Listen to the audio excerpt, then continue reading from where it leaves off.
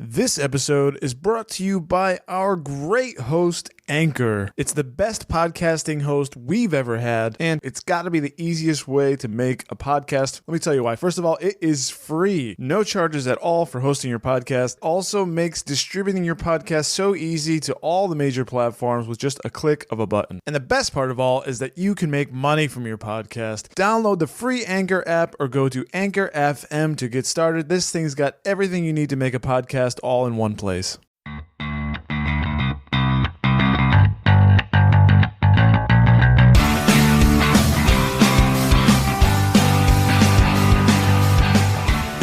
Dave, it's happening. Can you believe it is happening? We're finally getting the Snyder Cut. The Snyder Cut to the Justice League that was taken over by Joss Whedon, obviously. Are you excited? Well, I thought it's happening, man. We've got Steve Morris. So what? That's true. That is true. We do. We're just going to say that right off the bat, I guess. I believe he has some inside information. Yes, we do have this. I'm just going to introduce him how he introduced himself on his show. We have filmmaker and directing instructor Steve Morris with us. Steve, it's great having you, man. Oh, it's great being here. Yeah, excited to talk about this. And yeah, you technically picked this film to discuss. A little suspicious for timing. Various reasons. Yeah. Do you have some sort of insider info? Like, what's going on, man? Absolutely zero insider info. I was just as surprised as you guys. It had nothing to do with that. It more had to do with talking about something in a different way than we normally do on the Cinephiles, and that just seemed like fun. But no, I mean, the Snyder Cut, that's something that's happening. Yeah. Is that something you're excited about? Or, I mean, because people are saying it sets a, precedent where, are more directors going to demand this and things like that? Like, I think this is a unique situation where the guy left the movie before he could finish it. Another director came in. It is a terrible movie, in my opinion. It's awful. And so, and I also think it's a unique situation, too, because we're in the middle of this time where everyone's launching these streaming services and they want to drive content that's unique, and Warner Brothers doesn't have the same cachet that Disney Plus has, and they don't have the same, so that they want to get people to go there. That's one reason. But the other reason that I think they're doing this is we're in the middle of a pandemic. And so all of production has been shut down everywhere, and we don't know when production is going to start again. And because of that, here's a property where most of it's already shot. And so through post-production and maybe shooting a few things, you can suddenly come with a whole new piece of material where no other studio is going to be able to put out a new big movie for a while. So right. So I think it's a unique situation. I think everybody, I doubt there's anyone who doesn't see the Snyder Cut coming without some trepidation. I'm sure, I know they're diehard Zack Snyder fans. I am not one of them. I think he is a mixed bag, to say the least. And my gut is that it will be a interesting hot mess. That's what I think it's going to be. But interesting. I would tend to agree. I kind of feel the same way about Zack Snyder. And you did the 300 movie on the Cinephiles, and I think that it's okay. I think the mixed bag is okay, because I think when it hits, it really, I'll say this about this movie, Man of Steel, the same thing for Batman versus Superman. There is something visceral about these movies that just kind of hit me in the gut in a weird way, and sometimes I can't even explain what I'm feeling at all times. And then sometimes it's just like, what the heck are they doing here for 20 minutes now? Well, I think, it was funny because we did 300. 300 is also kind of a mixed movie, in my opinion. But the one thing we can say about Zack Snyder is unequivocally, the guy can create some great images. I mean, really, visually, his movies are stunning. And so I think with 300, where you have a story which is based on one of the most dramatic stories in history, literally, and then you have a piece of artwork that he's building off of from Frank Miller, who's one of the great comic book artists of all time, and the story is really simple. I think there Zack Snyder works the best. Then you go to Watchmen, where that is, in my opinion, the greatest comic book ever written. It is all what he had to do then was figure out how to trim it down. And I think he is successful, but less successful in Watchmen. There are scenes in it that are amazing and perfect and capture that comic perfectly. And then there are others where you go, oh, he seems to be kind of missing the boat here. And when his source material goes down, when he has to generate the source material himself, I think he's really out in the weeds. I think he still brings that great visual drive, but the story stuff is where he's weak. I know Dave is he's more of a Batman v Superman. I love that movie despite its flaws. He loves it. I like it more than other people. How are you with not Man of Steel, Batman v Superman? Yeah, I don't love it. Sorry, Dave. Okay. It's okay. One of the things I'll always say, and we said it lots of times on the Cinephiles, it's great that you love it. You got more of your money's worth than I got. And so I never want to talk someone out of loving a movie. There's some movies that I love that nobody else likes. And I certainly think that there are flaws in Batman v Superman that to me just throw me out. But again, you have some incredible visuals, some really interesting ideas. It doesn't all come together for me. Right. And okay. So, I mean, we picked this movie, or you picked this movie because, you with Cinephiles, you talk about a movie that's, beloved and, you really want to dig deep into the themes and the filmmaking and all that. With this one, you said, it's a movie that could have been great, but didn't quite hit the mark. So, you wanted to kind of get into that a little. So, yeah, definitely interested to hear your thoughts on this film, Ben, to dig deep. What doesn't Steve like about this movie? Yeah, I want to know the critiques because I'm sure Ben and I both have some, but I do want to say, I think this is our first alien invasion movie that we've done on the show, Ben. Well, I mean, does Close Encounters of the Third Kind count? Oh, yeah, that's true. Yeah. Oh, by the way, Steve, there is a little bit of overlap between Blockbuster Mentality and Cinephiles. It's not on purpose, It's. I remember one time, we had a movie set to do. I think it was Apocalypse Now. Maybe did you guys do Apocalypse Now? We did very early. Okay, yeah. I think. I think we decided to do it, and then you guys released an episode right before we did, and we were like, oh, we're going to seem like copycats now. But anyways. That was when it was re-released into the theaters, which was an amazing experience. I don't know when that was, sometime last year. Yeah, well, our episode is years ago. It was like our 20th or 30th episode. So that was probably back in 2016 or early 2017. So, yeah. I mean, look. Great movies are great movies. And so, right. Just because we talk about something, you guys, when you talk about it, you're going to bring your own experience. You're going to bring your own thoughts, your own approach to it. And you're going to say totally part of what makes these movies great is the fact that we can all talk about it and they all can live in our lives, So it's, I don't, if you played our episode, and made all the exact points that we made, well, then I would go, hey, guys, let's back it off. But as long as you're expressing your own opinions, that's awesome. Right. Yeah, definitely. Yeah, I typically make a habit of not listening to someone else's review until I've talked about it on our show.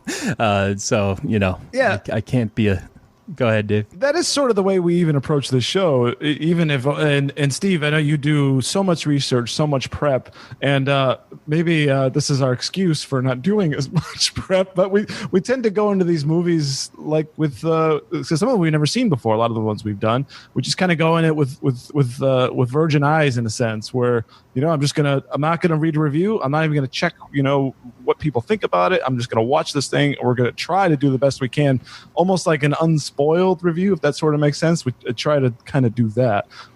That's a bit of our approach. I do want to say one thing about the Cinephiles, because I gushed when John was on. The Field of Dreams episodes, or the 2 episodes, Steve. Oh my goodness, you guys! All right, so I'm listening. I'm painting my back fence, and I'm listening. You guys are sharing your personal stories, and I'm spraying stuff and trying to paint and all this stuff, and I got tears streaming down my eyes when you guys are going over this stuff, and I'm trying to maintain myself. I've got my sunglasses falling off, and I don't want to. It was just like I appreciate that episode so much, because sometimes I listen to, because I think I told John I listened to probably 80% of your episodes, and I don't always go back and watch the movie. And then I did, and I was telling my wife about the film, because I hadn't seen it in many years. I was probably like 8 years old.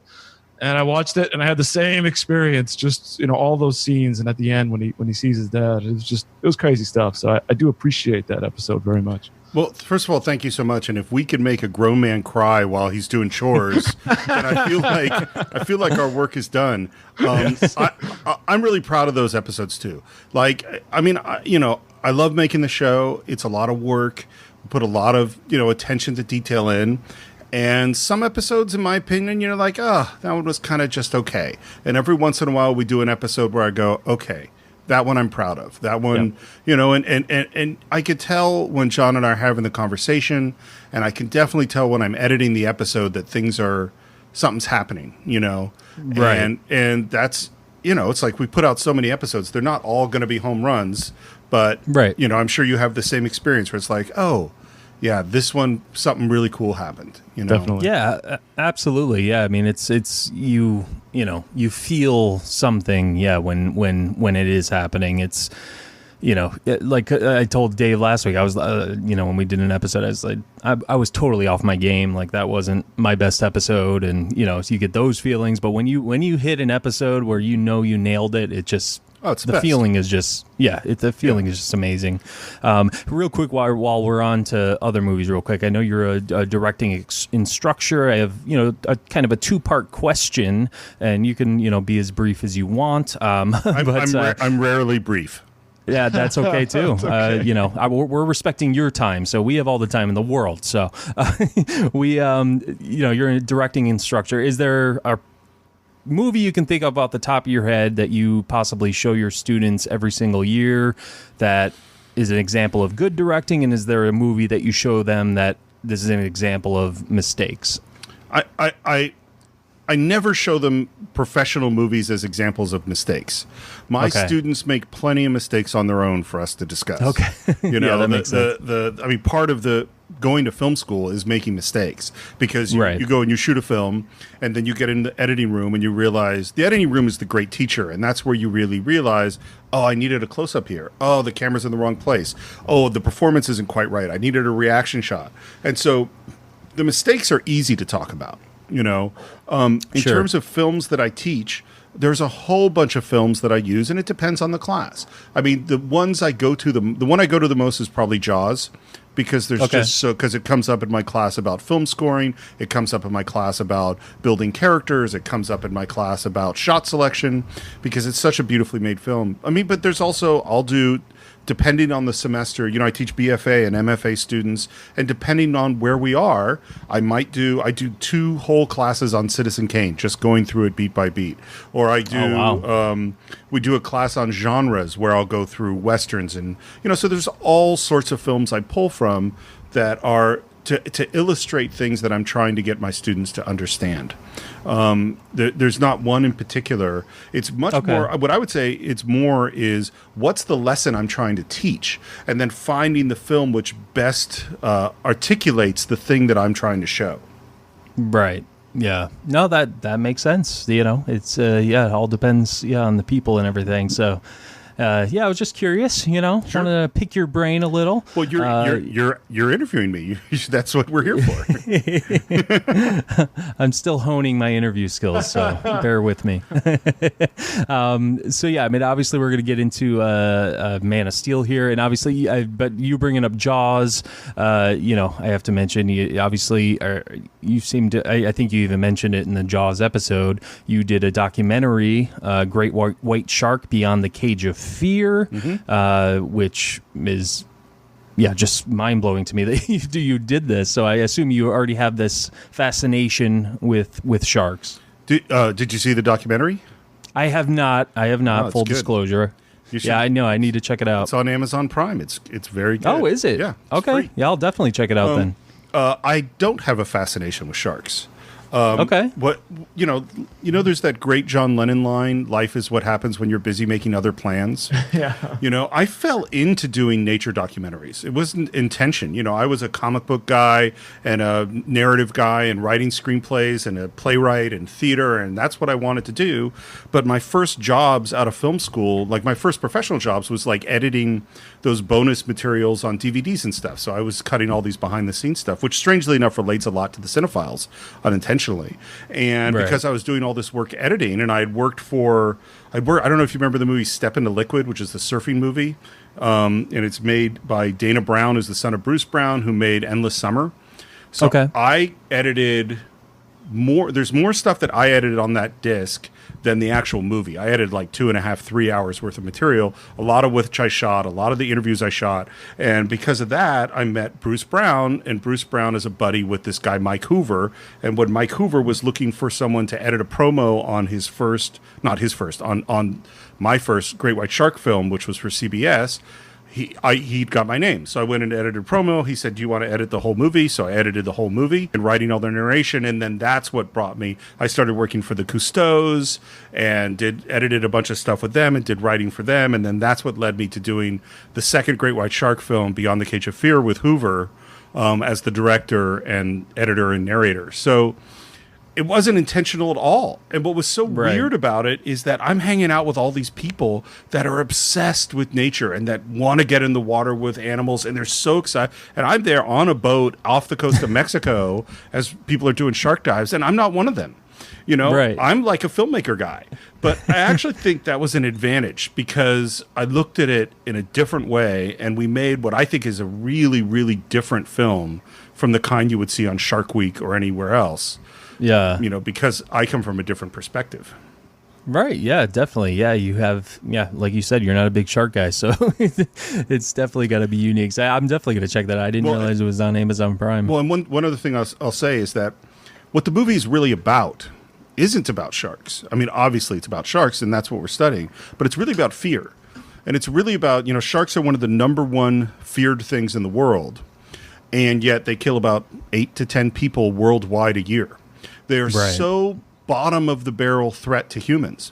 And so what the real issue is how do we magnify these fears? How does the media magnify these fears? How do we get obsessed with them? And how do we figure out how to take risks? What risks are justified? What risks are unjustified? And that's really what the movie is about. That's why it's Beyond the Cage of Fear. It's how do we move past fear? Right. And I don't know if you talk about this in the documentary, but I mean, I would assume Jaws has a lot to do with that fear. I know for me as a kid, that's what introduced me to being afraid of sharks. So yeah, I don't know, you know, if 100%. Okay. Totally. That makes sense. On the first Shark Doc I did, there was a line. You're always, when you're doing interviews, you're always looking for the good line. You know, the really exciting, dramatic thing that's short and to the point, well said, that you can cut in, you know. And I had a guy, great interview, who's a shark scientist named Mark Marks. And he had what might have been the best line, and I didn't put it in the documentary because it was too brutal. But this is the line. He said, Spielberg is to sharks as Hitler is to the Jews. Oh, wow. Interesting. Now that's how you see what I mean. It's short. It is profound. It's unfair. Like Spielberg had nothing against sharks. And what I finally decided, and the reason I didn't put it in the movie, was that line acts as what I call a speed bump, which is that the audience is flowing along, watching the film, and this thing hits them, and it hits them in the face. And then they go, whoa, and they have to think about it, and then they'll miss the next 15 seconds of the movie because that was too much. And so I said, no, it actually sends the movie in the wrong direction. But the reality is that humans kill around 100 million sharks a year. Sharks kill about 8 humans. We have all this stuff about saving dolphins, saving killer whales, saving all these animals. Nobody gives a shit about saving sharks because they're the demons. And that really, that image of Chrissy going into the water and getting killed at the beginning of Jaws is indelibly put into our brains as the mindless eating machine. That's how we see sharks. It's not remotely true, but that's how we see them. Yeah, that's insane. Yeah, that line is quite powerful, and that could totally take you out. It's kind of like when in a comedy when you like everyone's laughing and you're like laughing too, and then you're missing like you said, like next 15 seconds. Like even though it's a comedy, I'm sure that it's not important plot points that you're missing, but still, Well, in a way, it takes you out of the flow. In a way, not to make your segue for you, but it kind of relates to Man of Steel to me a little bit, which is that, and this is a phrase I got from Hoover, the guy who I really learned from on these documentaries, is he calls it on the line and off the line. And he doesn't mean downloading internet stuff. What it means is everything that you have in a film should contribute to the overall theme and story that you're trying to do. And there are sometimes you have things that are awesome, but they actually don't contribute to the overall thing, and those are what he calls off the line, and you should take them out, even though they're great. And that is a really, really difficult thing to do as a filmmaker. And I assume that happens in the editing room mostly, or it happens throughout the entire process. I mean, it happens in the writing room, it happens in development, it happens in casting, it happens in the way you shoot it, because time and money is a zero-sum game. So you only have, even with a huge movie like Man of Steel, you only have so many resources. And so what you choose to point your camera on and what you choose not to is really, really important. You know, sometimes it's a reaction shot from a character that tells you the most important thing in that scene. And so missing that, because you see, this person overheard someone saying this thing. And now that they know that, they overheard that the person that they thought was in love with them was lying. You know, well, the reaction shot of them hearing that is the most important thing in the scene. And there might be other things that would be really interesting that you would shoot, and you would forget that reaction shot. And so it happens on the set, and absolutely 100% it happens in post. Now, like said, segue into Man of Steel, and we'll get into that, obviously. Dave, let's start with you. What's your, for lack of a better term, what's your relationship with Superman? I wouldn't call myself a big Superman guy. I wasn't also, unlike Steve, I wasn't a comic book guy. So sort of like, it's more of like, does the movie kind of give me, does it make me interested? And I saw the old Superman ones. I actually went back and watched the original Superman 78 today while I was not feeling so hot on the couch. And it doesn't. The character itself doesn't do anything for me, other than what I think some of the elements that Zack Snyder brought in this movie. And let me maybe explain a little further. I don't want to be Superman. I don't like. I mean, I look up to him as a greater than man, a mythical figure. But I don't want his burdens. I don't even necessarily want his strengths, as opposed to like Batman. I'd rather be Batman, kind of a thing. Or like I'd rather be Tony Stark kind of a person. So Superman is sort of like kind of hard to touch, if that makes sense. No, I mean that makes sense. I mean, first of all, I mean, it's hard to strive to be something that, that above us. But yeah, you can live up to the values, everything like that. I'm kind of the same way. I was definitely more of a Batman guy growing up. And basically for me, it was whatever my older brother was watching, that's what I watched. So whatever he watched, that was the choice I had to make. So and we would watch the Batman movie, the Adam West one, mainly. So I actually didn't see the 78 Superman until later on in life. But I do like this version of Superman, aspects of it. Steve, what are you a Superman guy? Okay, it's a big deal for me, and I've told this story on the Cinephiles before. When my dad was a kid, he had a comic book collection of DC Comics, Superman, Batman from the late 40s and early 50s. Oh, wow. And his first day of high school, his mom threw away all his comics because she felt like now it was time for him to start becoming a grown-up.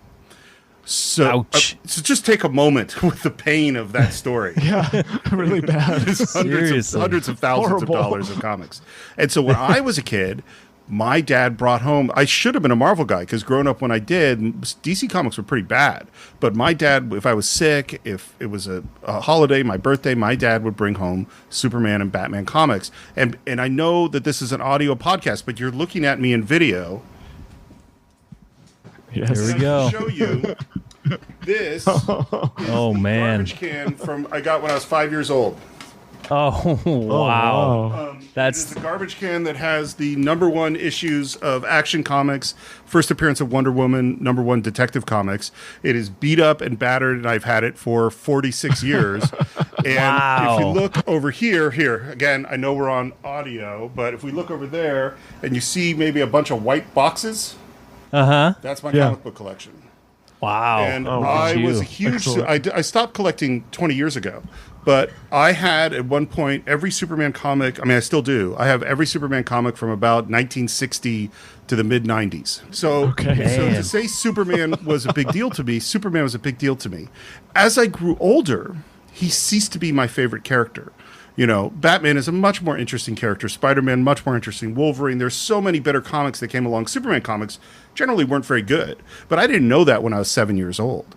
And so as a kid, Superman was super, super special to me. All right, so Steve, I want to ask you this then. To what extent does your personal relationship with this character affect how you view and how you're able to approach, like or dislike, the way all these movies have been made, and sort of being able to critique them?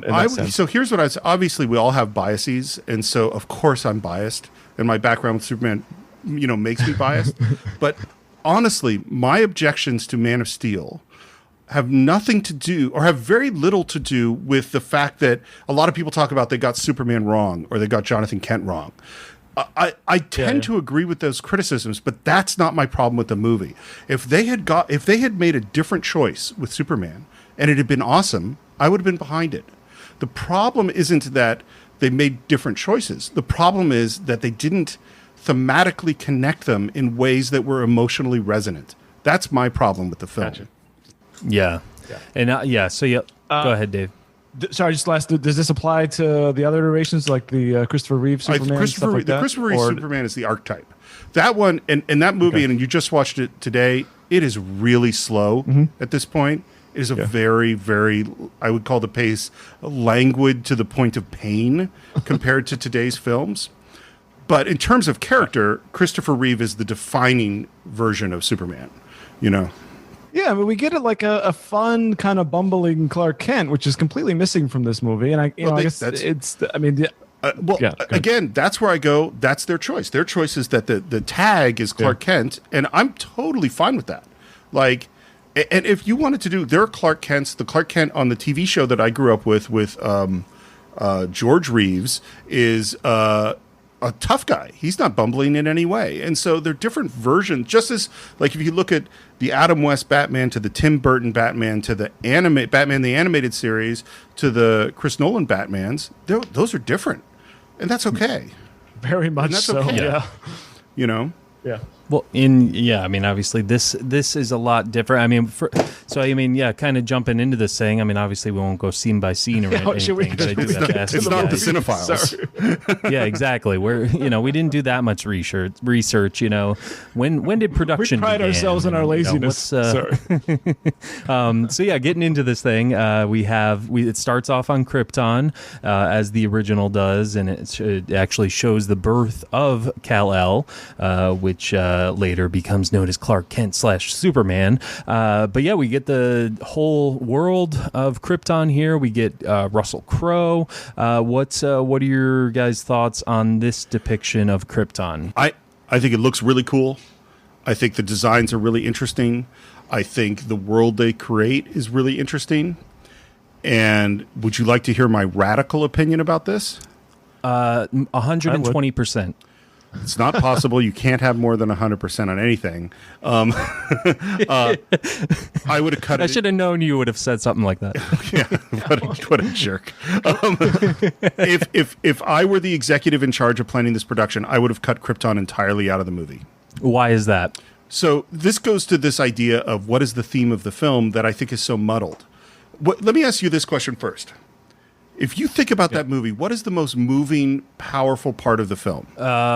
Him watching his dad die? That's one of them. No, well, to me, it is 100% Clark as a kid.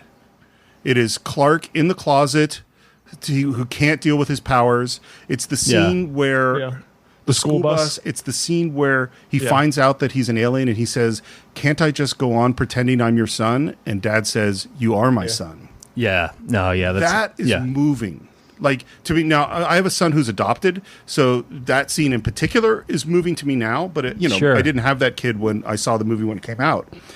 Right. To me, the core of the film is, who am I? That is the essence. Is that Clark Kent doesn't know who he is, and he doesn't know who he is supposed to be. And if in the first act of the film, which is the flashback structure with him just looking freaking awesome and huge with the beard, and all of that sequence where we see him kind of as the wandering guy, and then we also see him flashing back to his life as a kid. I think that stuff is great. Well, I would say I agree a lot because I was thinking about this too, mostly because I went back and watched the original again, and it's almost the same amount of time spent on Krypton. It's about 20 minutes, somewhere around there. Yeah. And the interesting part, although I will say this version of Krypton with the planet core exploding is a lot better than a giant sun that's apparently closing on the planet that should be obvious to everyone. It's like, dude, look over there. I know. You see that? It's like, it's coming. Anyways, but particularly, Steve, my sort of thought on that was, let's just crunch this to 5 minutes and maybe be better. Maybe but knocking it out altogether, because essentially Russell Crowe retells the entire 20 minutes to Henry Cavill, like later on in the film. It's like we're just getting like almost a beat by beat retelling of what we already saw in the beginning. So why was this even in the movie to begin with? Well, so I think that's a great point. Here's the thing. I think part trying to figure out what happens in the development process that got you where you got you. My assumption about this film, and I didn't do any research either, which is not like me, but my assumption about this film is there were a lot of cooks in this kitchen. And my guess is they said, ooh, we just got Russell Crowe to play Jor-El. And then they said, we need more stuff for him to do. And so Krypton became bigger to make it worth it to have Russell Crowe. One of the things I talk about in my class is the idea that the audience can be with the character, in front of the character, or behind the character. And what this means, so Hitchcock frequently would do in front of the character. We know something the character doesn't know. We know there's a bomb under the ground. The character doesn't know it. And the tension, the suspense comes from that knowledge. Sometimes we have characters that know things that we don't. So they look through the door and they see a thing and react to it. And we're going, what's behind the door? So they're ahead of us. Yeah. In this movie, I think we should have been with Clark. And of course, we all know Clark's an alien. We know he came to Krypton. We all know that stuff. But having Krypton means we know all the stuff that he doesn't know. We know who General Zod is. We know the relationship with Jor-El. We know about the Codex and whatever that crap is, which is not very well done in the film, is that if you just started with this guy who's on this crab fishing boat, who's flashing back to his childhood, we would be with him. And the question, and it brings the question forward of, who am I? Right, and that's a great theme for this movie, is who am I? And that's what he's trying to discover as he's going from town to town, trying to get to what he's getting to, where he eventually, here's the military men kind of talking about this thing that was found. But my question to you is, I agree that, Krypton at least was a little too long. I love the world and everything, and what it looked like. The imagery really was, imagery was great. But I was getting feelings of Avatar, when he was flying, he was on that thing. I was like, what are we doing here? How though would you explain Zod showing up? If that wasn't in, and how would you get his motivations or understand his motivations? So if you had hung out with me in bars after seeing films, you would know that sometimes I start rewriting the movie. Okay. That's awesome. And this goes into, if I were making this movie, what would I do? Again, the theme is who am I? And that therefore the conclusion of the film is that he becomes Superman. He needs to figure out who he is in order to become the person that he's going to become. And so that creates the structure of the film. And in my mind, Clark Kent has two fathers. He has Jonathan Kent, the human, and he has Jor-El, the Kryptonian. And that part of who am I is determining where he sits between these two sets of values. Okay? Here's what I would do. The way Zod shows up now is he shows up immediately threatening the Earth. That's the first thing he does. So we immediately know that he's the bad guy. Here's what I would do. Clark is wandering around. He's the man in the woods wandering around trying to figure out who he is. And who shows up but General Zod, who says, Clark, your name is Kal-El. My name is Jor-El. I'm your father. Oh, yeah, because we don't know who. Well, sorry, let me get my thoughts. The movie does a way of like introducing you things and like letting them hang for a few minutes before telling you what's going on. Because it's like, well, why do they want Clark exactly to begin with? And then we get he tells him who he is. Yeah, so why? Yes, I agree 100%, Steve. That would have been much better. What we get is that he meets Jor-El, who just explains everything to him. Exposition in general is death to films. Is that what makes films work is mystery. What makes films work is our desire to know. And what makes films work is discovering the information at the moment that is most dramatic and important. If Zod shows up and says, I'm Jor-El, and if instead of being a clear, and he's a great actor, the guy's a great actor, but he's clearly playing like, I'm the bad guy. Right. Zod shouldn't think that he's the bad guy. Zod has a motivation, and the motivation is to recreate Krypton, to save his planet. And so in doing so, he should be the most charming person in the world. And he should be trying to convince Kal-El, no, you're not a human. You're a Kryptonian. And therefore, and the tension between, because again, this now relates to the theme of who am I?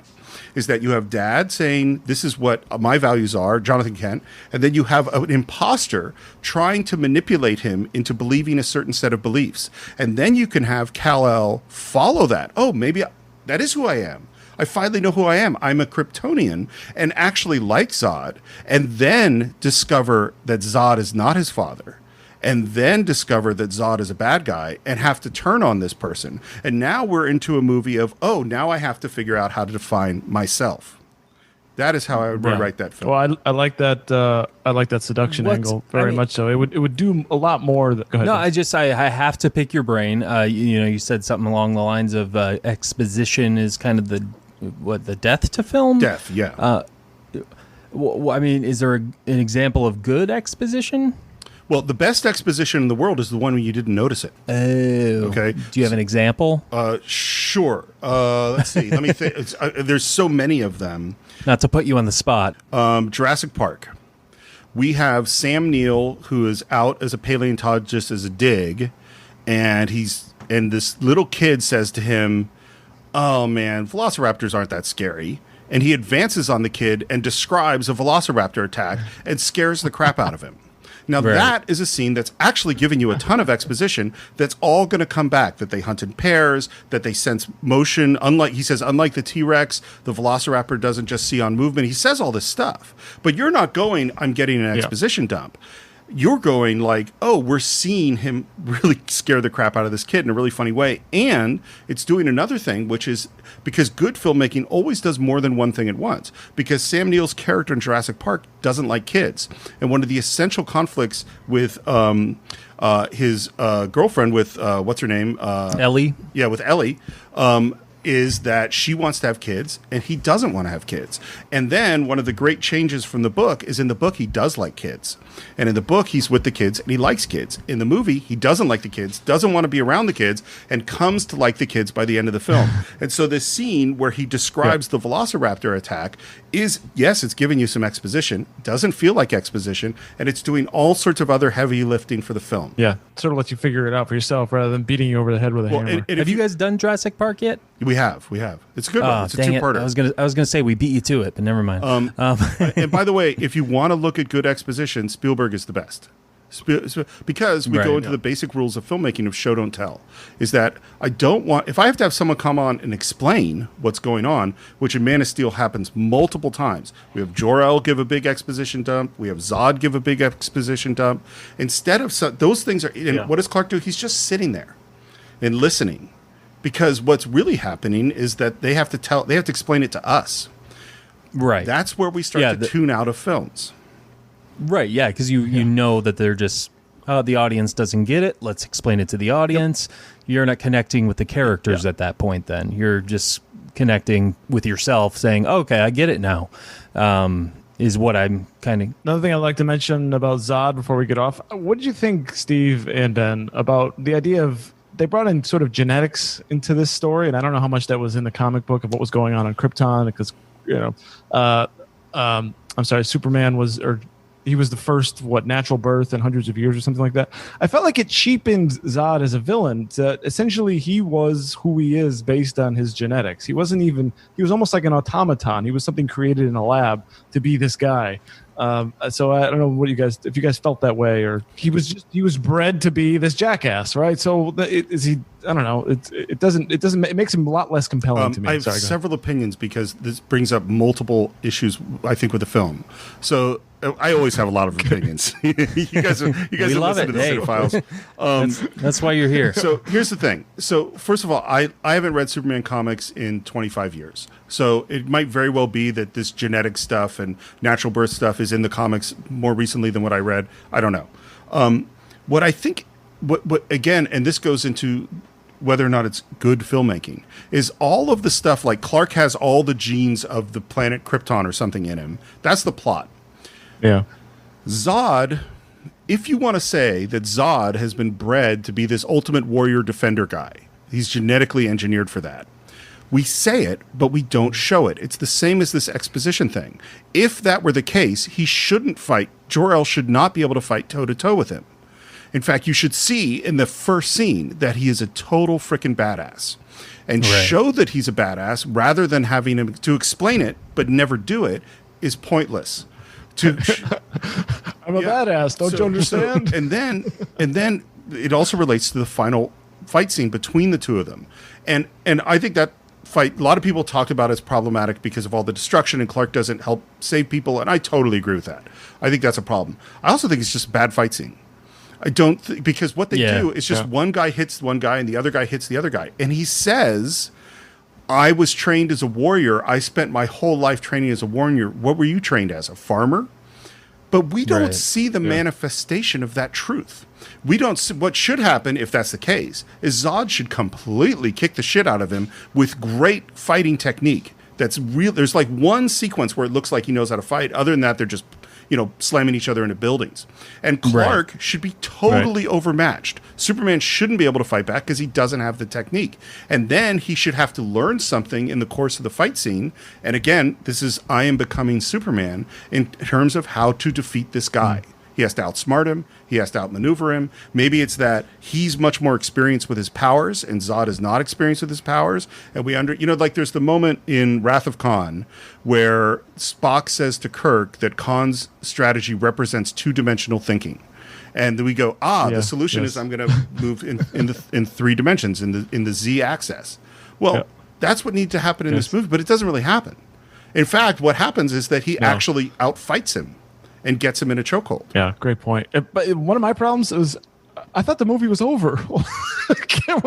we kissed, you kissed the girl. Okay, let's wrap it then, right? Instead, we get another 15 minutes of fighting. Of just blowing through buildings. That is definitely one thing that bothered me was the destruction was just overwhelming, and it was like, and at the end, it's like, oh, I'm a member of the Daily Planet now, and everything's peaches and cream. Everyone is just standing around watching the fight scene. Like if the city were destroyed like that, there would be Perry White should be trying to save people or reporting or something. There should be ambulances. There should be people. I mean, there's, you think that's like 50 9/11s have happened. And you think about how many police and fire and rescues and doctors, and it's not there. We're all just sitting there going, look at these guys fly around. It's crazy.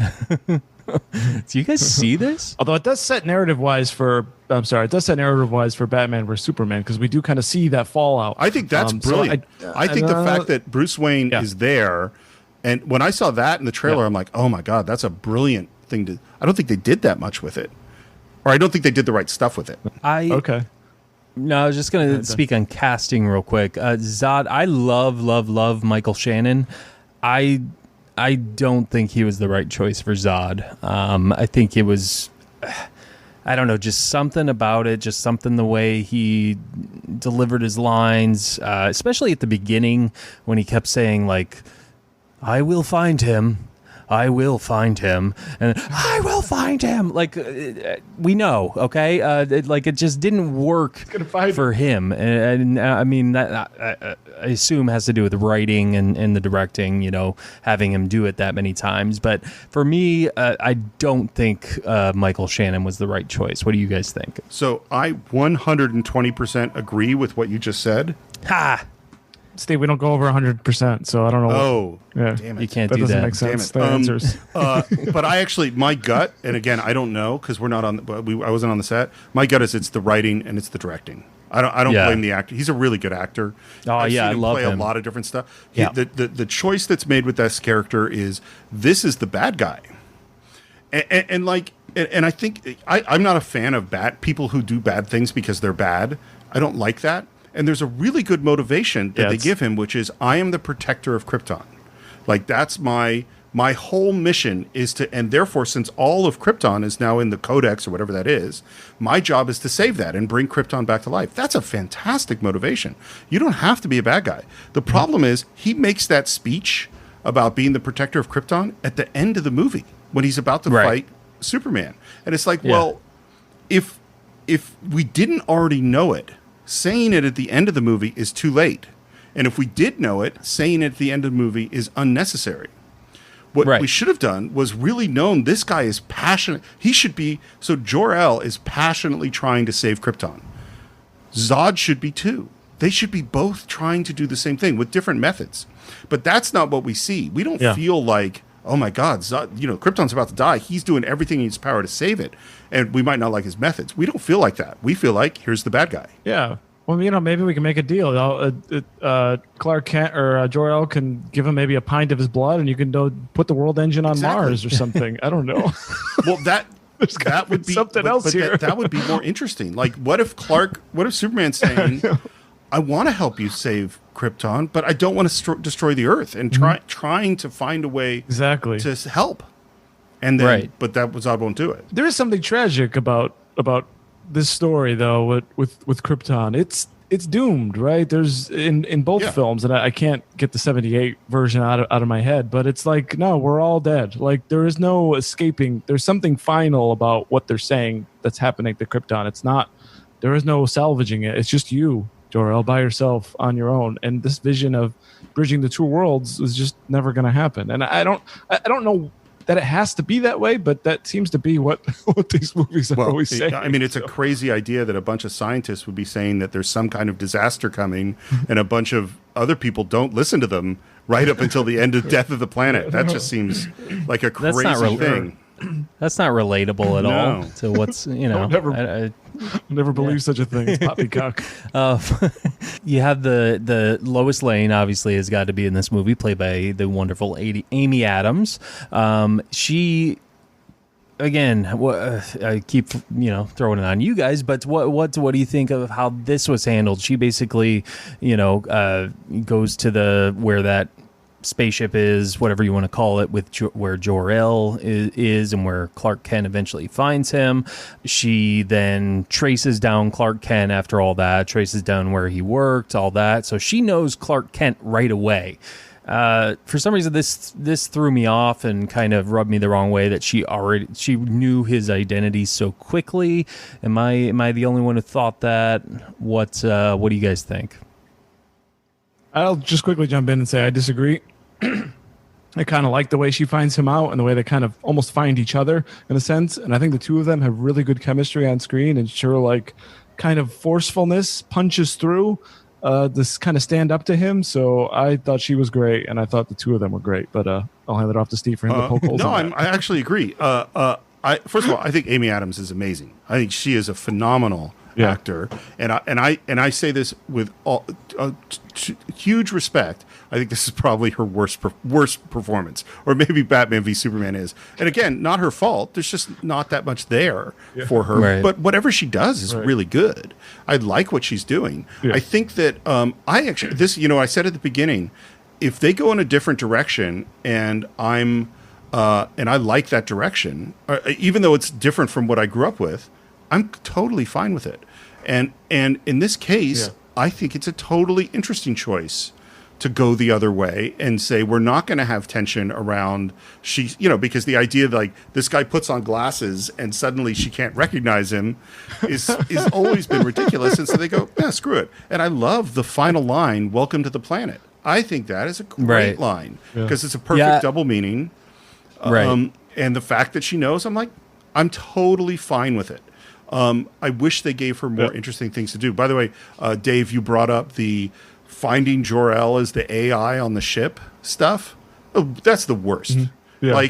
It's literally Deus Ex Machina. this AI just comes and rescues them, and then later on, the AI has a long conversation with Zod, where again it's totally expositional. Mm-hmm. It's this is not. What are we here for? That guy's dead a long time ago. Why are we having this conversation? Right, we did this already. One thing I want to pose to Steve: there's there is this "Who am I?" theme, but there's also like it's essentially like it's a coin. The flip side of that coin is for us on Earth, which is what happens when a god comes down to Earth. What do we do? That's a heavy one throughout this film and Batman vs Superman. And I think both of those things working together is really, really interesting. And before I hand it off to just get your thoughts on that's what I kind of want to say about what I like about this movie is I just kind of like where it puts my head.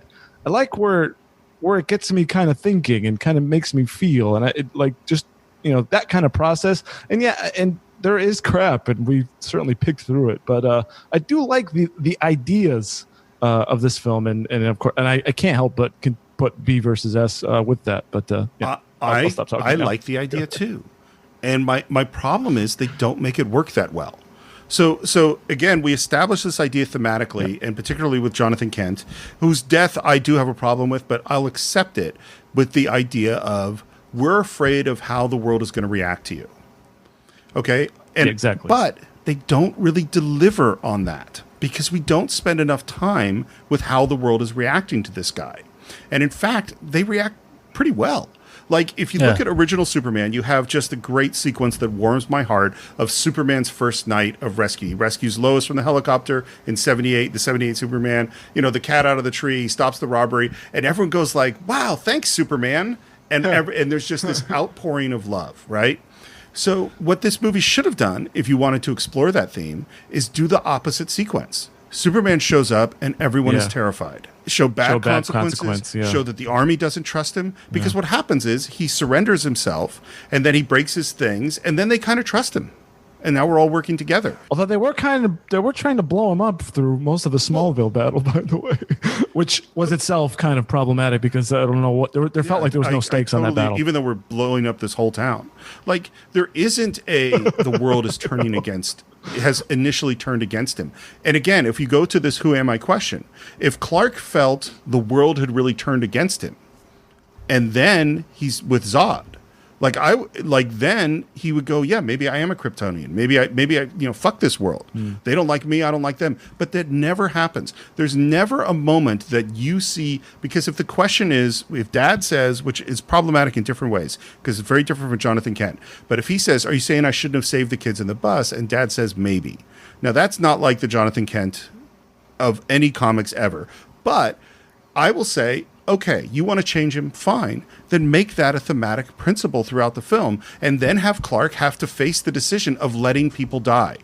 And have him have to make that decision after the world has turned on him. And then we have something that's resonant in terms of establishing his character and who he is. But we didn't really do it. And then in Batman v Superman, which I've only seen once, so I don't have crystal... I don't understand Superman's behavior throughout that whole film. He's just acting like a jerk, and I don't understand why. Like, I really don't. And so he feels rejected by, or the world rejects him, and he doesn't know what to do with himself. But he's acting like an asshole. I understand why the world's rejecting him. You know what I mean? Like, if he was acting really great and really nice, and the world is rejecting him, and then we saw a transition within that film, then I would go, okay, maybe. But I don't think that's what happens. He's also trying to be murdered by Superman, or I'm sorry, by Batman. Yeah. Well, don't get me started on that. That's just there are real problems on it. Their moms have the same name, so all's good. Martha. But again, this is the thing about Zack Snyder, and this is why I don't have much faith in the Snyder cut, which is that. Oh, come on, wet blanket. All right, go ahead. Yeah. You invited me on the show.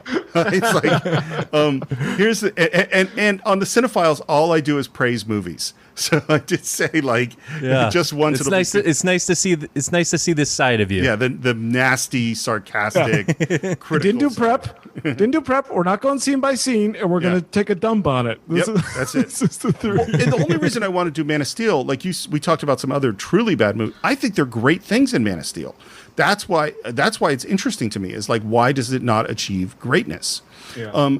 With the Batman v Superman, they go, we want to do Dark Knight Returns, Frank Miller. Okay, one of the greatest moments of the confrontation fight between Batman and Superman in the 4th issue of Dark Knight Returns.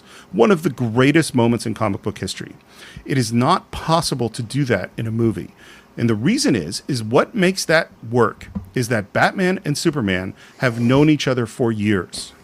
They've been partners together. They've been in the Justice League together. They have a history together. And so when they have this final confrontation, it is the final confrontation that is the culmination of a long-term relationship. The guys in Batman v Superman, they never met. They have no relationship to each other. Yeah. It's the same reason that J.J. Abrams can't reproduce the death of Spock with the death of Kirk in Star Trek Into Darkness. It's because we don't have all that history. So it doesn't work together. That's why I think Civil War, I don't know how you feel about that film. I think Captain America Civil War worked so well because they did have that camaraderie and that, that building relationship up to that. Well, and you look, this is what the Marvel movies have done so well. And not all the movies are great, but they understand thematically what they're trying to do, Right. We understand what Tony Stark's essential conflict is, and those essential conflicts, internal, with his am I, too self-involved? Am I too egotistical?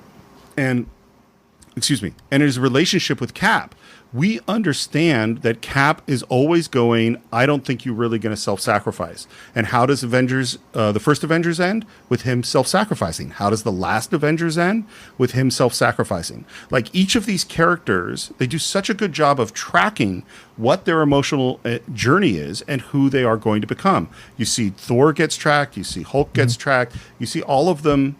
All of that stuff is built over time. And so even though the first Avengers, which I think is a really good movie, I don't think it's a great movie, but I think it's really good, we have a similar scene where we have the total destruction of New York. I don't have the problems with it that I have with Man of Steel because there's so many great character moments within that action sequence. Those characters are much more well-defined, and even I might call them a little more simple. But you at least know what you're going to get, and when the story moves in a different direction, you can expect what everybody's going to do in that new setting. So that makes a lot more sense to me. I kind of prefer the DC. I have to say though, I kind of like this universe. I mean, despite its flaws, and I feel like I keep trying to stick up for it. There's something. I don't know if realism is the right word. Yeah, the tone maybe. Yeah. I like the tone of this movie, or at least what it was trying to do, especially at the beginning when he's, on the boat at the beginning, and in the bar, and then he, I love all that stuff. I love all that stuff. Yeah, it's great. If they kept that tone throughout the movie, I think this could have achieved greatness. I think Henry Cavill again is outstanding pick for Superman. Great. Yeah. I think Snyder's being really ambitious, and I think he is in almost all of his films. And sort of maybe an analogy is the Christopher Nolan's Interstellar. That one's got a lot of problems, but I love how ambitious it is, and it's part of my love for it. I just feel like Snyder's maybe he's doing too much and trying to pull in too many ideas, and then it gets a little bit muddled, and we're not. We've certainly broken through where the failings were, but. At the end of the day, I still kind of like where I was for that 2.5 hours or so. I don't know. What I'd say, there's some directors who you just want to say, go do what you do. Yeah. We don't want to. Akira Kurosawa, whatever you want to do. I'm not gonna tell Akira Kurosawa anything. Quentin Tarantino. I don't love every Quentin Tarantino movie, but I want Quentin Tarantino to be Quentin Tarantino. Yeah. I think Zack Snyder needs to be somewhat contained. I think that he is incredibly talented in all sorts of ways, but I don't think he should be in charge of the story. So I think in 300 and Watchmen it works better because he has such great source material, and I think here it works less well. So I think he needs someone who really understands story to be with him to help him out. So, and I don't think Christopher Nolan is the right person for this because while he's a far better filmmaker by far, his movies work best on ideas and on gut feeling more than they do on kind of the inner workings of character and story. Dark Knight if you really think about it, it's a kind of confused story. But but it looks amazing. The sequences are amazing, and obviously the Joker is astounding. Right. Heath Ledger. Well, and that's what I think. I also think that's what kind of hinders people's view on The Dark Knight is Heath Ledger's performance is it's not a perfect movie. I think people a lot of people think it is because just the Joker is everything in that movie. But yet when you watch it, when you're actually watching the scenes without the Joker, it's definitely not a perfect movie. Well, and you look at Dark Knight Rises, which is not a good movie. You know. Oh, yeah. I agree 100%. I think that movie is we did a top 10, and that was one of my most overrated. There's so many. It got to the point with that movie. I'm like, well, just kill the whole city. That's kind of where I got, because I don't understand what they're saying in this morality. What's even worth saving? I'm going to be like Ra's al Ghul here. I don't even know where I am. Well, it's like if Steven Spielberg were the executive producer for Zack Snyder, I'd feel a lot better, because Steven Spielberg really understands how story works and what's important, you know, in a way that I don't think Christopher Nolan does. What are the prospects that the Snyder cut here for Justice League, that's going to be entirely in Snyder's hands, so we're going to get more of the same. I would think, right? I mean, I hated Justice League. I just thought it was terrible, and it was one of those. I have a really good memory for story in general. I literally couldn't tell you what the hell it was about. I was halfway through that movie, and I didn't see it in the theater. It was when my kid was young, and I was just home, and I watched it with several cocktails to get through it, and so maybe my memory is a little impaired. But I remember halfway through going, "Wait, that's the bad guy? I thought he was like a henchman or something. Like, this is really this is what we're fighting about?" And it just was so bewildering, and I don't know whose fault that is. Like, I don't know where because it's two directors. I don't know. I don't understand what the process was. Yeah. It's hard to know. Yeah, what part of it is Joss Whedon, what part of it is Zack Snyder. Yeah, I only saw it the one time. I don't know. Yeah, I only saw. I could only stomach the one time. So, but yeah, I'll be interested to see the Snyder cut, obviously. And then real quick, was it the actual death scene of Jonathan Kent, or was it just the idea of the scene that you didn't like? I think the scene is done beautifully. I like Kevin Costner in the part. Yeah. I don't understand how it fits into the film. So, because again, if a central question is whether or not I should let people die, when do we see that manifest itself other than that moment in terms of the development of the character? And I just don't see it happening, So yes, it totally disagrees with my vision of who Jonathan Kent should be. That's not, because, when we have Glenn Ford in 78 Superman say, "One thing I know, son, you are here for a reason." Yeah. And then he dies from a heart attack, and Clark says, "All these powers, all these things I could do, and I couldn't even save him." Well, that resonates through the whole film.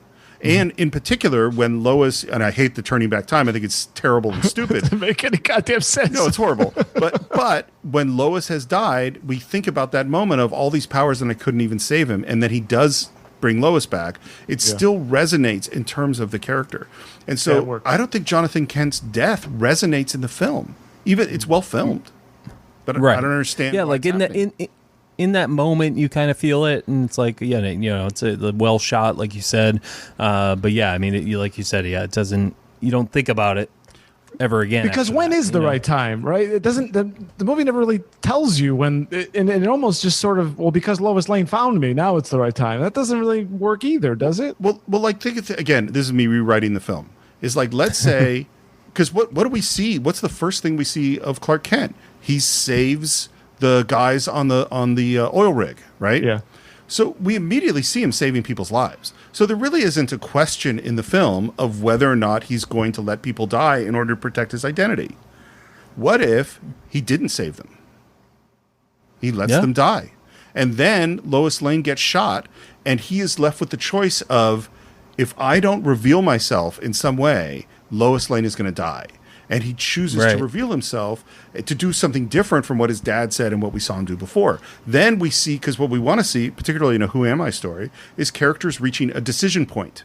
Yeah. I can either go this way or this way. What am I going to do? Then they make the decision. That decision defines their character. I think that's brilliant. He could just be sitting there on the ship, just looking, painfully as that he can make that choice, but he won't, because maybe you can even throw in a Kevin Costner, voice in there about something, and then we move. That's fantastic. Or that's the moment at which he flashes back, or like we've seen Jonathan Kent's death.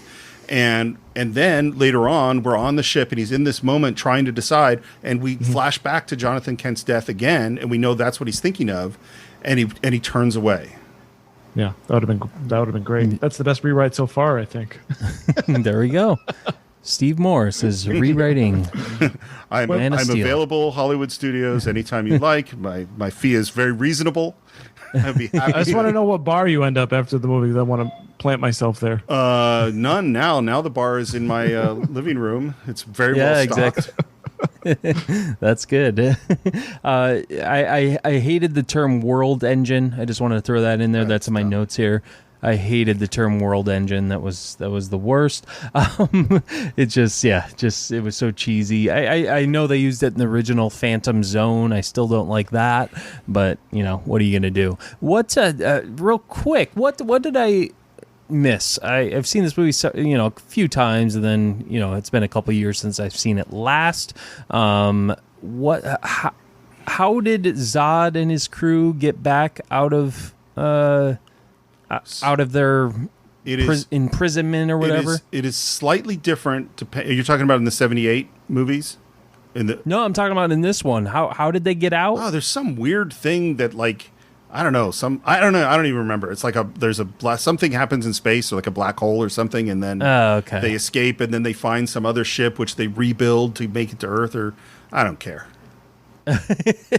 I just don't care. I don't care enough to explain this. Yeah, I think that just speaks on there's a lot of incoherence in this. So, Steve, what were the great moments in this film? What was a great moment in this film? Besides, obviously him in the closet at school, all the kid stuff, all the grown up stuff. I really do like Amy Adams. I think she's really enjoyable on screen. I think, again, it's visually great. There's so many design elements, like Superman's first flight, where he has his hand on the ground and the pebbles start to vibrate, and that stuff is really cool. There's a lot of, I don't know, but there isn't, I like him with the handcuffs in the room, where then he just pops the handcuffs and is looking for through the two-way mirror. I think that's to make him feel comfortable. Yeah, I think that stuff is really cool. Yeah. I think Russell Crowe is a great actor who's totally wasted. I think Michael Shannon is a great actor who's totally wasted. I don't have that many that are popping in my brain right now other than those. For me, I'll maybe repeat this movie. To me, yes, it's got its problems, but to me, it's the Snyder style. It's very evocative. I get sadness, tragedy. There is a feeling of hope that we maybe didn't talk about enough. I think it does exist. There's one of love, and maybe that romance between Superman and Lois. That I feel it. I think it's real. Maybe they could have done better with Amy Adams, but I think more. I would have liked to see more of their. Well, and I would say one drawback to the way they structure it with revealing that she knows who Clark Kent is at the beginning is, in general, most romance in film happens through conflict. So if you think about Han and Leia, you think about, every romantic comedy ever made, is that there's always, you need conflict between the two characters before they fall in love. The opposite being the prequels, in Attack of the Clones, where they just say, I love you so much, I love you, you're like the wind and I am a flower, and it's like, shut up. Is that I love you and I hate sand. Yeah, sand is coarse and irritating. Well, on the other hand, you're very soft. Yeah. So I wish there had been, again, if we had Superman as a character in conflict, he doesn't know if he wants to save the world, and Lois is like, you got to get off your ass and save the world. You have a response. If then she, because mostly she's just an observer. She doesn't. I mean, I don't know why she's on the military aircrafts and stuff like that. Yeah, they forced her, they were totally forced her in these situations. They forced her onto the ship, the military ship, forced her onto Zod's ship. It just, and then for her. I guess that was, back when I said it kind of threw me off, about Lois knowing his identity already and then not giving it up to her Lawrence Fishburne. It's just, why put that character in that predicament so soon? She barely knows the dude. why? I guess, I mean, to answer my own question, I guess he did save her and, you know, all that, but I just feel it just wasn't enough. There needed to be more build up. Well, and how much does she know about him or he know about her for them to fall in love with each other? Well, and again, right, now because I'm rewriting the movie. So imagine this scene. So Clark is indecisive. Okay, he doesn't know if he wants to save the world or save people. He's like, I'm because that's what his dad told him, is maybe not hide. And he's with Lois Lane, and Lois is like, damn it, people could die. And she takes a passionate thing, and then she slaps him in the face, slaps him right in the face, and goes, ow! And like, I think I broke my hand. And he looks at it and goes, no, it's not broken, because he uses X-ray vision. Right. And that's what makes him go. And she goes, you know, like, if you don't go do this right now, I'll announce you to the world. You don't want anyone to find out about you? I'm going to tell every single person about them, right? You know, you have to go do this. And then you go, damn, this Lois Lane chick is really cool, you know? Right. Yeah, something like that I could have bought into. So yeah, if you could write the next one, that would be great. Just, you know, again, do what you got to do. My Twitter address is @SRMorris. Send me a message, and I will happily, you know, if it's somewhere in the $1 or $2 million range, I'm very happy to write the next. Yeah. I mean, everyone at Warner Brothers listens to this podcast, so I think you have a good shot. It's top of their playlist. Cinephiles, sure. I hope, is like right underneath. Yeah, I mean, we'll see. Definitely underneath. So, you know, but to the end, and then final thoughts, him killing Zod, I'll give my thoughts first, since I always put it on you guys. I mean, I don't have a problem with it per se. It's just, the problem I've always had with Superman is, first of all, modern day, it's hard to make him look not cheesy with the cape and the flying and the, you know, the tight pants and everything like that. It's hard to make him not look cheesy. Secondly, how do you use his powers effectively? He's unstoppable. And him just being able to snap Zod's neck out of nowhere, like, it kind of is inconsistent to me. Like, it's hard to keep these powers in check, you know, without kryptonite or anything like that. But I mean, that's just my thoughts on basically Superman in you know, in summary. What do you guys think? You can go ahead, Steve. Superman is a challenging character for exactly the reasons you say. A lot of people think, oh, he's too pure, he's too much of a Boy Scout, he doesn't fit in the world today, we're more cynical. I don't think that's true at all, and I think Captain America is a perfect example of why that's not true. You place the Boy Scout in contrast with the world, and you create conflicts through the environment that he's in. Because even if you are perfectly moral, you still have to make choices, and sometimes those aren't easy choices. Certainly for Captain America, they're very difficult choices. So I don't see that as a problem. His power level is a problem, but that's pretty much neutralized when you have other Kryptonians he's fighting. The issue with the killing Zod, there are a lot of people who say, oh, he shouldn't have Superman kill. I think given the structure of that scene and the way it happens, there is no choice. He has to kill Zod. Right. That's not my problem with it. Here are my two problems with it. One is I would never have Superman kill someone in the first movie. Because in the first movie, it's about establishing who the character is. And if you have him kill someone in the first movie, you're kind of establishing, he'll kill people if he has to. Right. If you have him do everything in his power to not kill people in the first movie and have him kill someone in the second, then it becomes a big deal. And in fact, and again, it goes to this thematically establishing something. If Jonathan Kent says, you are so powerful, you must do everything you can to preserve life. Murder is the way. If Jonathan Kent was a conscientious objector, that he refused to fight in the war, like he was a medic in the Gulf War or something like that, but he wouldn't hold a gun. He saved lives and like makes this a point. And then we see Superman choose not to kill somewhere else in the movie, and then he does kill. Well, this would be really dramatic, but it's not really dramatic because he doesn't really have a choice, and then he does it. Right. Yeah. No. Just yeah. You're looking at the first two films, because in the first film we get in the 78 movie we get kryptonite, and then in the second movie we get Zod, and then they basically just flip-flop it here, right? We get Zod in the first movie and then kryptonite in the second one. So yeah, I mean, that decision, I mean, I don't know how you'd get rid of Zod without killing him. I guess they could have done something else, but I do understand your point, what you're saying, because the plan for this was, I believe, 5 movies, in fact, not even a trilogy. Snyder had a 5-movie plan, and yeah, if you just kind of bust that nut in the first movie, then yeah, there's no more drama related to that anymore. Although, I mean, I guess for me, who's someone who doesn't have a pre-existing love for the character, I don't care if he kills anybody. To me, there's nothing on its own immoral about killing, given the circumstance. That's obviously how we establish, laws with the difference between manslaughter, self-defense, and murder. So well, in this circumstance, you're right. It's the moral choice to kill him. And I don't know why. I guess I don't get the big deal. Is kind of my point. But I don't know. But I do understand what you're saying, Steve. Since it seems to be a big deal for the history of the character to kind of sort of do that, then maybe it would have been better considering that you've got 4 more movies to go. Maybe we save that for something really big, not this nemesis that we've all already seen, back in the old movie kind of a thing. Well, and what if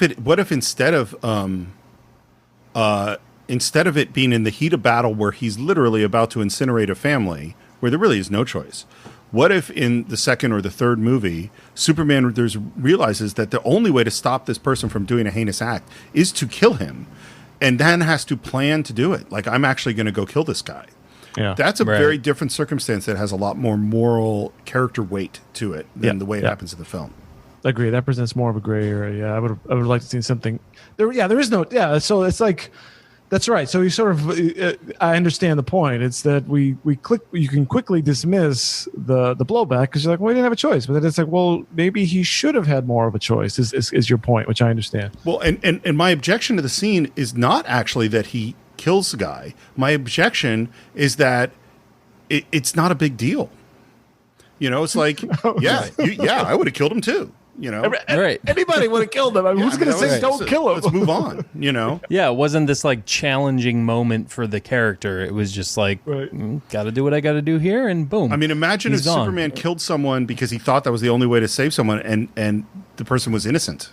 Yeah, or the wrong person, or he could have saved them he could have stopped them without killing them, but he didn't know something. Well, now we have a character racked with guilt, and we have things to explore, which I don't think this gives it to us.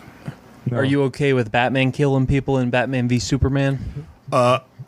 No. And here's so first, my first problem with it is they made Batman way too tough in that movie. Like, he's getting repeatedly shot. And I know he's got body armor on and stuff, and he's just getting up and I forget, does he get like shot in the head and knocked out or something at the? Yes. Yeah, and then he gets up and fights some more. It's like, no, part of Batman is Batman has to be human. He's a really amazing human, but he has to be human. And it's not. And my problem with him killing people in the movie is that, again, it's not really important. He's just killing a bunch of people. It's not. Yeah. I actually. It's not earned. Yeah. By the way, I don't have a problem with anybody who's played Batman. I always have a problem. I think Val Kilmer could have made a good Batman. I think George Clooney could have made a good Batman. Michael Keaton's a good Batman. Problems always come from what they ask those Batmans to do. I think I actually really like Ben Affleck's Batman. I just don't like what they asked him to do. That's a really the Batman who is the kind of sophisticated, a little bit older, the great detective, really smart guy. That's in a bunch of those comics I have back there. I'm totally cool with that Batman. Yeah, there were some horror elements in Batman vs Superman which were just so cool, which I loved. Yeah. No, I definitely liked Ben Affleck as Batman, and like you said, I really didn't have a problem. Like, I loved Val Kilmer as Batman. Like, I thought the movie's terrible. He was a good choice. The movie is not good. But it was still a good choice for Batman, especially Val Kilmer at that time. So, before we explain to you our rating system, is there anything else about this film you wanted to get off your chest? No, I think you guys have pumped me dry. Okay. I thought so. So we rate films two ways based on their quality and their entertainment value. So we do up to 5 stars is the quality cinematic Making it sound a lot value. more complicated than it really I know. is. Why don't you explain it? I've listened to your show. I know what it is. Okay. So it's it's popcorns, right? Popcorns? Yeah, popcorns Stars and for popcorns. like entertainment value. Like, Yeah. All right. So, No halvesies. Dave, why don't you start us off, Dave? Out of 5, what's your rating for this film? And thank you, Steve, for listening to the show. Was it the John show or was it a I different one? listened to like 3 or 4 because I don't want to go on a show unless I understand what the show is. So I listened to John's. I listened to Commando. I listened to... there was another. I can't remember what the other ones were. That's okay if you don't remember, but thank you. You're welcome. All right, so I'm gonna say on this. I'm gonna say 3 stars because I think it's despite the initial conversation which led to this film, which is we're going to talk a bad movie, I still think it's a good movie that's got some problems. And in terms of, I think it's actually, 3 and 3. I think this is an example of a good movie. It's not great, but it's not bad. So 3 stars, 3 buckets of popcorn. I wish, even if we could just chop something off of the beginning and just shorten it just a little bit, I think I would say 5 buckets of popcorn. And then, of course, if we could do Steve rewrites, we might be at 5 stars. So that's my Of course. I'll go next. I'm gonna go with 2.5 stars. The tone of the movie at the very beginning was great. The whole him trying to find himself, everything like that, I thought was great. Got it kind of convoluted at the end. 2.5 out of 5, and I'm gonna give it 3.5 buckets of popcorn. I think it had great action, great. I don't think I was ever necessarily bored in the movie 100%. I think it was at least entertaining in that aspect. 2.5 stars, 3.5 buckets of popcorn. All right, Steve, you can do halves. I'll allow it. Okay, well, Dave does not do halves. I'm going to say 2 stars because there is lots of good things in it, and that's why I realized when I had said a bad movie, and you started talking about The Room and some other stuff. It's like, no, that's not what I really mean. What I mean is, I'm glad I asked. Yeah, what I mean is that because I have no interest in talking about bad movies. What is interesting, what makes this interesting to me is there are actually a lot of good things. So there are a lot of good things. It just barely makes it to 2 stars, and I'd give it 3 buckets of popcorn. It's fun to watch. Right. Yeah. All right. Cool. Absolutely. There you go. That was a rating from Steve Morris, filmmaker and directing instructor. Be sure to listen to the Cinephiles every Friday. Correct? Fridays. Yeah, Yep, Steve, how can everybody follow all the great things that they do if they want to hear more of your amazing insights? Well, definitely subscribe to the Cinephiles. We do one great film every week. Sometimes they're 2-parters, and it is a deep dive. We go moment by moment. Frequently, our episodes are far longer than the movie. There's a lot of history, a lot of research, and a lot of analysis goes into it.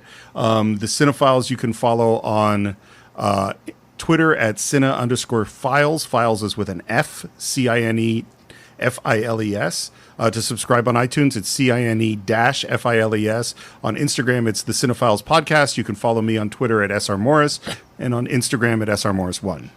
You guys also have a Patreon, right? We do. Patreon.com/thecinephiles.